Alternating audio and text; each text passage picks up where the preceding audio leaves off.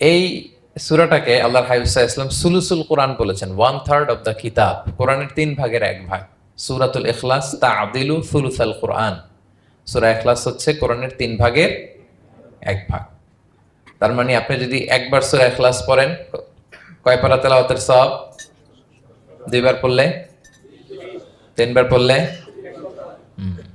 3 বার পড়লে 1 খতম কোরআনের সওয়াব। আলহামদুলিল্লাহ।